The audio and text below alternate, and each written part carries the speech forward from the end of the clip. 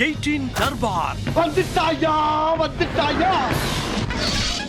வணக்கம் மக்களே, இது நியூஸ் 18 தர்பார். அதாவதுங்க, திடீர்னு வெயில் அடிக்குது, திடீர்னு மழை பெய்யுது, எப்போ என்ன நடக்குன்னு தெரியாத நேரத்தில் அரசியலும் அந்த மாதிரியான விஷயத்தில் தகிச்சுக்கிட்டே இருக்குது. வாங்க நிகழ்ச்சிக்குள்ள போவோம். சீனுப்பு ஒருத்தர் நல்லா தூங்கிட்டு இருக்கிற நேரத்தில் பஸ் ரொம்ப நேரமா ஊப்பியில் நகலாம இருந்திருக்கு. என்னன்னு போய் பார்த்தா முன்னாடி 2 மாடுகள் சண்டை, அவ்வளவு சண்டை. புருஷ பொண்டாட்டி மாடுகளா இருக்கும் போல் இருக்கு. குடுமி இப்படியை பிடிச்சிக்கிட்டு சண்டை ஓட்டு கடைசியில் அது போனதுக்கு அப்புறம் தான் பஸ் எடுத்துருக்குறாங்க.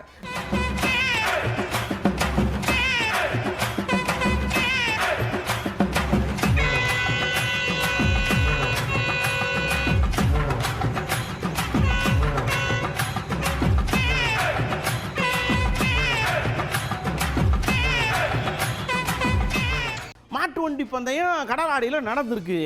ஒரு மாட்டுக்கு என்ன நினைச்சதுன்னு தெரியல, கோவம் வந்துச்சு, பிச்சுக்கிட்டு ஓடிடுச்சு. ஆனால் கூட இருந்த சோடி மாடு, நீ ஓடுனா ஓடு, ஓனருக்கு நான் உயிர் கொடுத்து காப்பாற்றி கூட்டு போவேன்னு சொல்லி சர்ன்னு இழுத்துட்டு போய் செகண்ட் பரிசு வாங்கிருச்சு.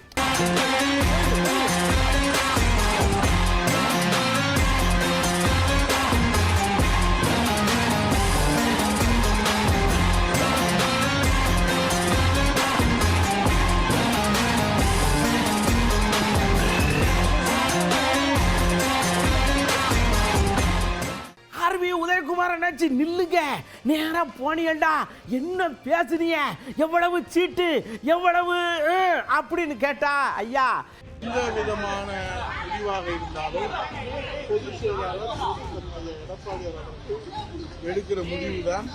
அது குறித்து நான் எதுவும் பேசவில்லை. இந்த கேள்வி நம்ம ஆர்வி உதயகுமார் வேலைக்கு ஆகலன்னுட்டு நேரம் அண்ணிட்ட போனோம். போய் அண்ணி கூட்டணி பற்றி எதுவும் பேசுறீங்களா? இங்கே வரக்க தம்பி, கூட்டணியை பற்றி பேசுவோம், ஆனால் அது எலெக்ஷன் பக்கத்தில் தான் நாங்கள் முடிவு பண்ணுவோம். கூட்டணி ஆட்சி தான் கேட்போம், அதே அந்த நேரத்தில் மாற்றிக்கிடுவோம் இருக்கும். அரசியல்னா அப்படித்தானேன்னு பொடி கொடுக்காம பேசுகிறாங்க. ஏன்னா இன்னும் யாருடன் கூட்டணி என்பது இன்னும் உறுதி செய்யப்படலை. இருக்கின்ற கூட்டணி அங்கதான் இருக்காங்களா, வெளியே வர்றாங்க என்பதும் தெரியாது. அதனால் தேர்தல் நேரம் வரும் பொழுது கூட்டணிகள் மாறலாம், அமையலாம். தேர்தல் முடிவுகள் இந்த முறை நிச்சயம் வேறு மாதிரி இருக்கும். அந்த நேரத்தில் இது போல கூட்டணி மந்திரி சபை அமையவும் நிறைய வாய்ப்பு இருக்கிறது என்றுதான் என் கருத்தை சொல்றேன். ஏத்துக்கிட்டாலும் ஏத்துக்கலன்னாலும் அதுக்கான சூழல் அமைந்து விட்டால் யாராக இருந்தாலும் அது ஏற்றுதான் ஆகணும். அது போல ஒரு சூழல் நடக்கிறதுக்கு நிறைய வாய்ப்பு இருக்கு. நிச்சயமாக அந்த மாதிரி ஒரு சூழல் தமிழ்நாட்டில் இந்த தேர்தலில் நடக்கும். நீங்க மணி அடிச்சுக்கிட்டு சைக்கிளில் போனால் நம்ம சீக்கே வாசன் அண்ணாச்சு நேராக எடப்பாடி அண்ணாச்சி போய் பார்க்க போயிருக்கார். பார்க்க போனவர் இங்கே இருக்க, இப்போ இன்னும் கொஞ்சம் நாள் தான் இருக்கு, அரசியல் தான் பேசியிருக்கோம், கூட்டணியை தான் பேசியிருக்கோம், பீகாரில் எப்படி ஜெயிச்சிருக்கோம் பார்த்தீங்களா? அதனால இன்னும் ஏகப்பட்ட கட்சி எங்களோட கூட்டணி அமைக்க வருது. நாங்கள் அதை அப்படியே கொஞ்சம் நேரம் அப்படியே வச்சிருக்கிறோம். அதனால எது வேணாலும் எப்போ வேணாலும் நடக்கலாம், உஷாரா இருங்க அப்படின்னு மணி அடிச்சுக்கிட்டே சொல்லுதார். தமிழகத்தினுடைய முதல் பெரிய கட்சி அதிமுக, மத்தியில் பெரிய கட்சி பாஜக. இந்த 2 கட்சிகள் மீது தமிழக மக்கள் நம்பிக்கை வைத்திருக்கிறார்கள். மத்திய அரசோடு இணக்கமான ஒரு சூழல் தமிழகத்தில் அதிமுகவுக்கு இருக்கும்போது, ஒத்த கருத்துடைய கட்சிகள், மத்திய மாநில அரசுடைய இணக்கமான கட்சிகள் வெற்றி பெறுவதற்கான சூழல் மேலும் மேலும் பீகார் தேர்தலுக்கு பிறகு பிரகாசமாக அமைந்திருக்கிறது. பீகார் தேர்தலுக்கு பிறகு எடுத்துக்காட்டான தேர்தலாக ஜாதி, மதம், மொழி, இனம் இவைகளுக்கெல்லாம் அப்பாற்பட்டு வளர்ச்சி வளர்ச்சி வளர்ச்சி மத்திய மாநில அரசுடைய இணக்கம் என்ற ரீதியில் பிரதமர் மோடி, அதிமுக தலைவர் எடப்பாடியார் என்ற ரீதியிலே எங்களுக்கு வாக்களிப்பார்கள் என்பதிலே மாற்று கருத்தே கிடையாது. இன்னும் பல கட்சிகள் எங்களோடு கூட்டணி சேருவதற்கான காலம் நேரம் இருக்கிறது, பொறுத்திருந்து பாருங்கள். இந்த தம்பி போட்ட வீடியோவை பார்த்தோம்ங்க, எத்தனை வாட்டி முன்னாடியும் பின்னாடி வாட்டி பார்த்தாலும் அங்கே ஒன்றும் செலுப்பு எடுக்க மாட்டேங்க, மத்திய அரசை பற்றி ஒன்றும் பேச மாட்டேங்கார். ஆனால் ஸ்டாலின் ஐயாவும் தமிழ்நாட்டு அரசை பற்றியும் பேசிக்கிட்டே இருக்கார். டீலிங் அவ்வளோ ஸ்ட்ராங்காக போது ஓல் இருக்குன்னு டவுட்டை தூக்கி எடுத்து போடுதார். அவருடைய வீடியோவில் எந்த இடத்திலும் தேர்தல் ஆணையத்தை பற்றியோ அல்லது பாஜக ஆட்சியை பற்றியோ பேசவில்லை.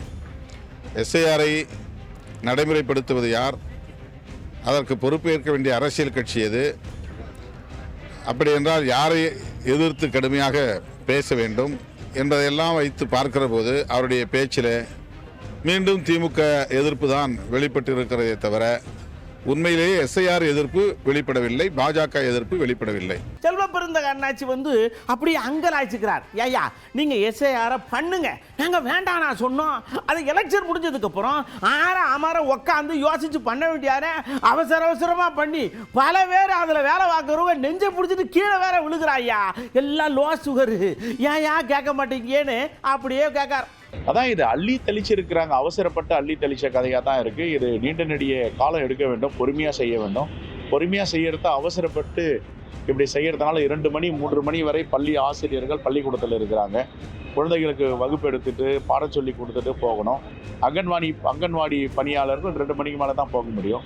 ஆகையால் இது 2 மாதங்களில் இது எப்படி முடிக்க முடியுன்றது தான் எல்லோருடைய கேள்வி. இது மன உளைச்சல் இருக்காங்க ஆசிரியர் பெருமக்கள்லாம். இந்த எஸ்ஐஆர் வேண்டாம் என்பது தான் தேர்தலுக்கு பிறகு அவர்கள் பொறுமையாக அவர்களுடைய வசதி வாய்ப்புக்கு ஏற்றவாறு எஸ்ஐஆர் நடத்தலாம்னு தான் காங்கிரஸ் உடைய பார்த்து. அப்படியே நம்ம சமூக அண்ணாச்சி போனார். சொல்றாரு, நான் அர்ச்சனா பட்நாயக் இருக்காங்கல்ல தலைமை தேர்தல் தமிழ்நாட்டில், அவங்ககிட்ட போய் சொல்கிறேன், ஏமா நீங்கள் வாட்டுக்கு அவசரமாக ஆளை போட்டு நீங்கள் வாட்டுக்கு அனுப்புதிய, லோ பிபி இருக்குது, ஹை சுகர் இருக்குது, மயங்கி விழுகுதாக, தன்னால் படன்னு வருது, ஒரு ஆள் கூட குடிக்கிறதுக்கு தண்ணி கொடுக்க மாட்டாங்க, ஏமா இப்படி பண்ணுதிய அப்படின்னு கேட்டுட்டு வந்துட்டு அந்த அம்மா பதில் சொல்ல மாட்டேங்குங்கார். இந்த பூத் லெவல் அலுவலர்கள் கடுமையான பணிச்சுமையில் இருக்காங்க. அவங்க வழக்கமாக செய்யக்கூடிய வேலைகளை செய்து கொண்டே கூடுதலாக தேர்தல் ஆணையத்தினுடைய இந்த பணியையும் செய்ய வேண்டி இருப்பதனால கடுமையான பணிச்சுமைக்கும் மன அழுத்தத்துக்கும் ஆளாகி இருக்கிறார்கள்.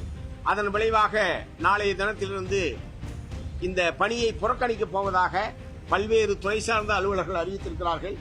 ஆகவே அது சம்பந்தமாகவும் தேர்தல் ஆணையம் கணக்கில் எடுத்துக்கொண்டு சம்பந்தப்பட்ட அலுவலர் சங்கங்களை எல்லாம் அழுத்தி பேசி அதை எப்படி முறைப்படுத்துவது, பணிச்சுமையிலிருந்து எப்படி அவர்களை விடுவிப்பது என்பது சம்பந்தமாகவும் தேர்தல் ஆணையம் யோசிக்க வேண்டும் கேட்டது.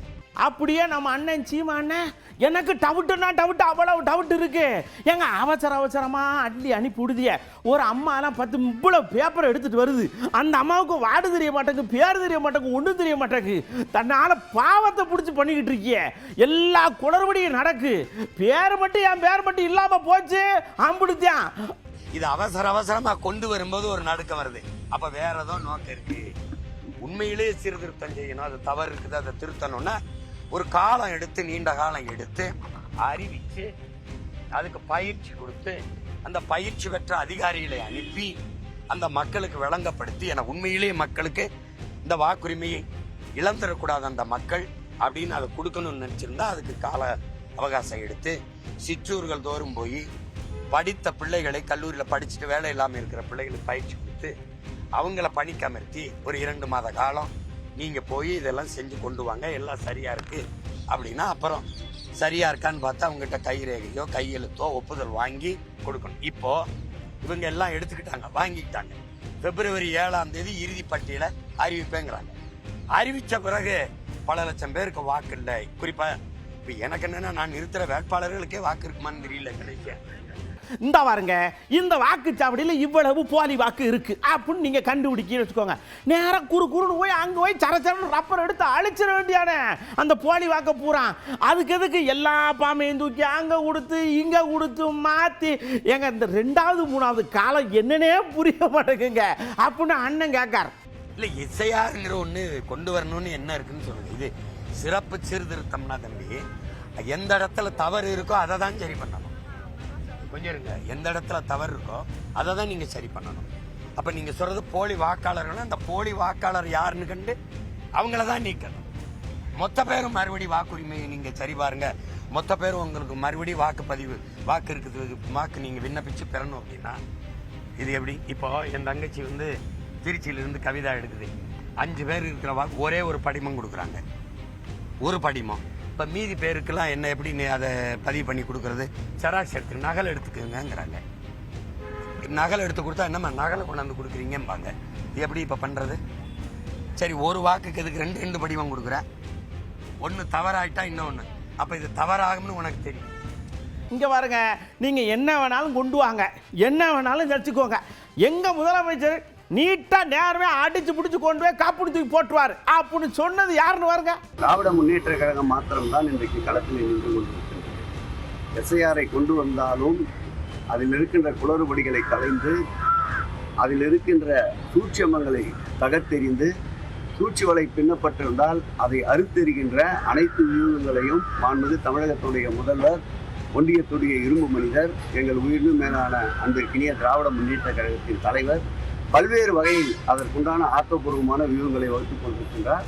அதில் ஒரு பகுதியாகத்தான் நேற்றைக்கு முன்தினம் கூட குளத்தூருக்கு வருகை தந்தபோது களப்போராளிகளாக 2026ஆம் ஆண்டு களத்திலே நின்று திராவிட முன்னேற்ற கழகத்தின் வெற்றியை உறுதி செய்கின்ற பாகம் அவர்களை சந்தித்து அவர்களுக்கு தேவையான அறிவுரைகளை கூறிக்கொண்டிருக்கின்றார்.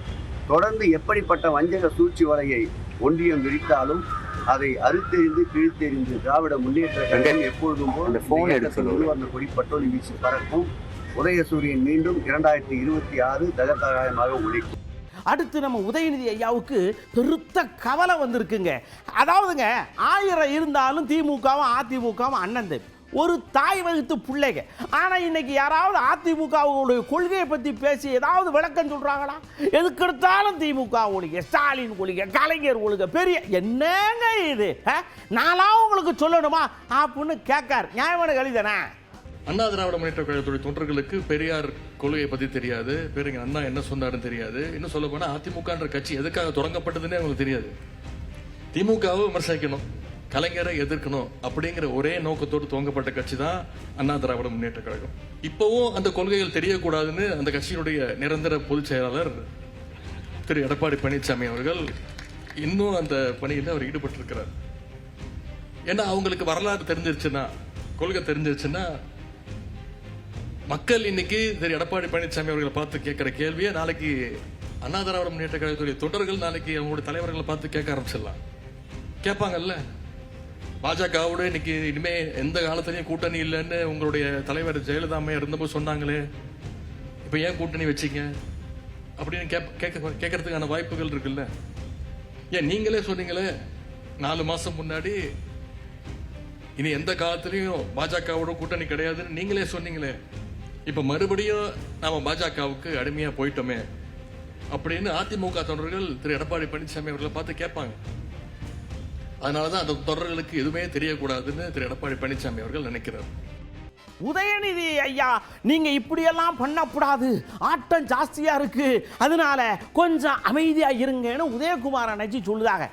அறிவு அறிவு என்று பேசி ஒரு அறிவியலியை போல நீங்கள் விமர்சிப்பதை அண்ணா திராவிட முன்னேற்ற கழக எந்த தொண்டரும் ஏற்றுக்கொள்ள மாட்டார்கள் என்பதோடு மட்டுமல்ல, 8 கோடி தமிழர்களும் உங்களுடைய விலாசத்தை, உங்களுடைய முகவரியை நீங்கள் ஒரு கணம் எந்த தியாகத்திலே பெற்றீர்கள், உங்கள் விலாசத்தை, உங்கள் முகவரியை எந்த உழைப்பால் பெற்றீர்கள், எந்த அறிவால் பெற்றீர்கள், எந்த ஆற்றலால் பெற்றீர்கள், எந்த அனுபவத்தால் பெற்றீர்கள் என்று கேட்டால், குடும்ப வாரிசு அரசியல், கலைஞரின் பேரன், மு.க. ஸ்டாலின் மகன் என்கிற அந்த அடையாளத்தால் தான் உங்களுக்கு அரசியல் அங்கீகாரம் தரப்பட்டுள்ளது. அதை வைத்துக்கொண்டு நீங்கள் அகங்காரமாக, ஆணவமாக அரசியல் அடிச்சுவடியை கற்றுக்கொள்வதற்கு முன்பாகவே நீங்கள் இன்றைக்கு ஆணவத்தின் உச்சத்திலே பேசுவதை ஒரு தொண்டனாக இருந்து நான் கண்டிக்கிறேன்.